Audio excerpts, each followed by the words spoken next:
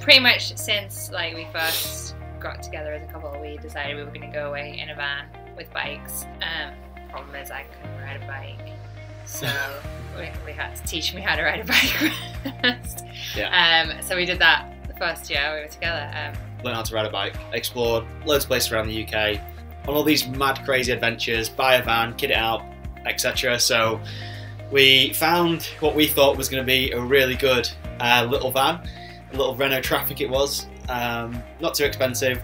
We drove all the way down from Newcastle to Bolton to pick it up, and we picked up, and the dude was, the guy we bought it off was, safe to say, was pretty dodgy dealer after we bought it, wasn't he, really? Like so we bought the van, drove it back to Newcastle, and probably after like two uses of it, the thing cut out at the side of the road in the worst conditions ever.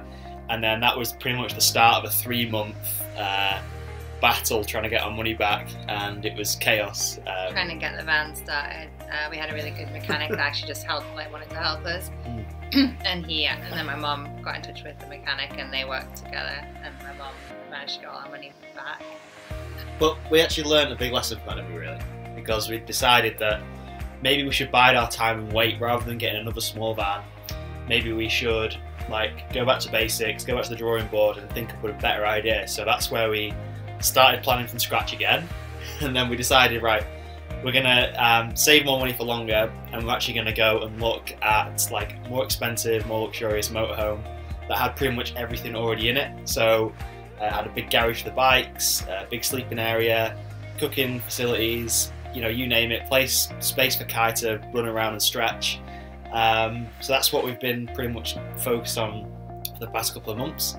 Alex has been saving like mad, and we've been looking at motorhomes non-stop, making tons of over the past years, making tons of spreadsheets on how we can afford it, how we're going to make it work on the road. I've had to find online work. Luckily Alex had connections in that area, so I've had a pretty steep learning curve, but I've started working with two pretty cool clients. Yeah, two awesome companies that are really supportive of what we're doing.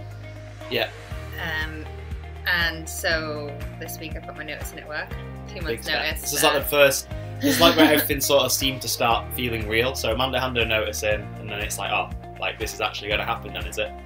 Yeah, and then we picked Kai's passport up. He had his rabies jab a couple of weeks ago, and we've just picked his passport up from the vets. Like the minute we've sort of like got a rough plan of what we want to do, but you know, it's going to be one of them ever evolving journeys. Like we plan to go away for between 3 and 6 months to start with, and see if it actually works out. And the plan is to start, you know, just documenting and sharing our adventures on the road with the dog, with bikes, going to these cool places, and just seeing if we can get more people inspired and motivated to do something similar. I think what we plan on doing first is we'll leaving dates the 1st of March.